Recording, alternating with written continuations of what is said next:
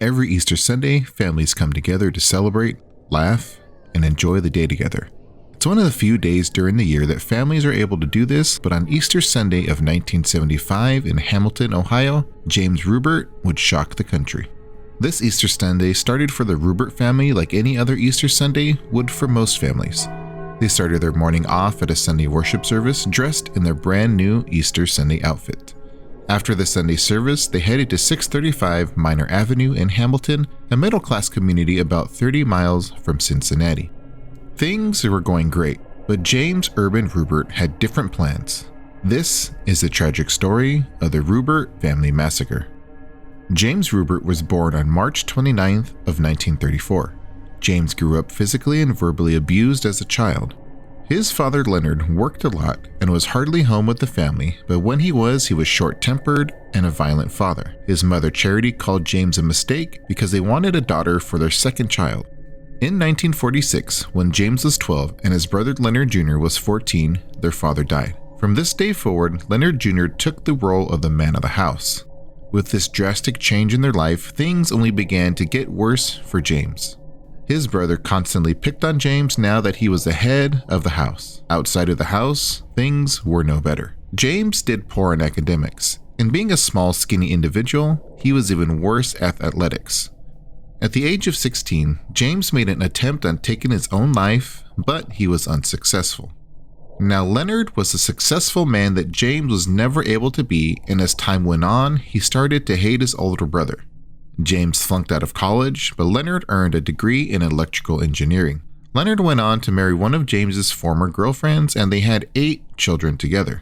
He also had a very, very successful career at General Electric, but unlike his brother, at 41, James was unemployed and living with their mother.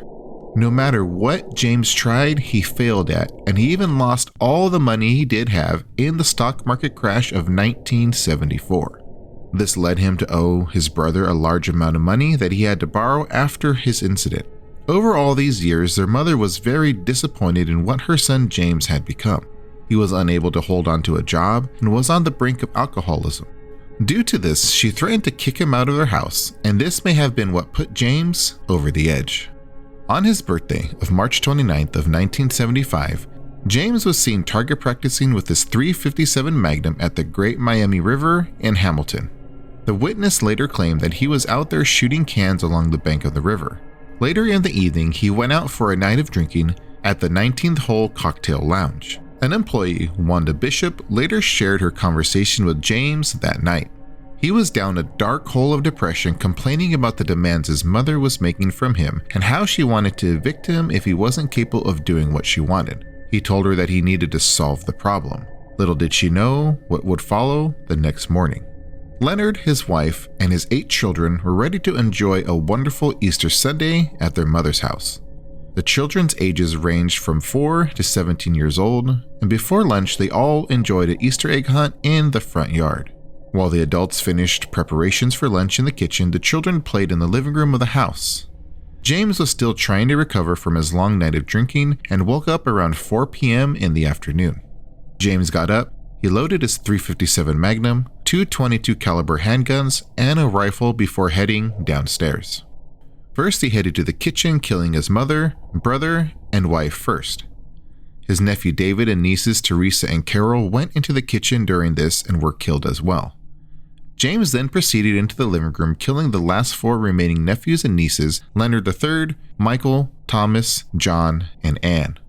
This tragic massacre took less than 5 minutes, and no one was able to escape or survive. After his brutal actions, James sat in the house and waited 3 hours until a little after 7 p.m. to call the police. When the police arrived, James was waiting for them inside the house and he was arrested without a struggle. The scene the police stumbled upon was horrific to say the least. It was described as a slaughterhouse with how much blood was on the floor and on the walls. The community was in disbelief when they heard about the tragic event that happened and couldn't understand how such a quiet, nice man like James could ever do such a thing. He was arrested and was being charged with 11 counts of aggravated homicide. But what would cause someone to do such a horrific crime to his own family? From what we understand about the childhood of James, we would be led to believe that the murders of his mother and brothers' whole family would be because of how he was treated growing up. Maybe he just got to a place where he was fed up with his family and took it to the extreme. This really does seem like the most obvious contribution to the reasoning behind the murders, but it's not the only reason. Remember, James was in a lot of financial trouble. He had no job and lost all his money in the stock market crash. From the beginning of his arrest, James wasn't very cooperative and he stuck to pleading insanity.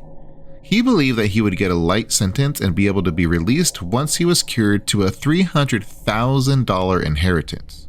Now, the insanity defense, which is referred to as the mental disorder defense, is an affirmative defense by excuse in a criminal case by trying to argue that the defendant is not responsible for their actions due to an episodic or persistent psychiatric disease at the time of the criminal act. It's thought that instead of a long prison sentence, they would receive admittance into a psychiatric hospital for treatment. During the following years, the prosecution process would take longer than expected for what would seem like an open and shut case. The original trial was held in their hometown of Hamilton, and he was found guilty of all 11 counts of murder. James and his lawyers were able to get a mistrial on the fact that they believed he wasn't given a fair trial in his hometown. The next trial was held in Findlay, Ohio, over 100 miles away in June of 1975. Again, he was found guilty and given 11 consecutive life sentences in prison. James was able to again appeal the verdict and was given a third trial in 1982. Defense attorney Hugh Holbrook hired expert psychiatrists from all over, which were able to declare that James was clinically insane. This time in July of 1982, they found James guilty of 2 counts of first-degree murder, but not guilty of the other 9 counts due to reason of insanity.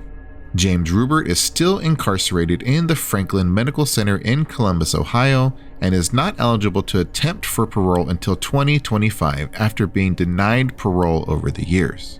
Hopefully, James Ruppert will live his final days behind bars for the brutal and senseless massacre of his entire family.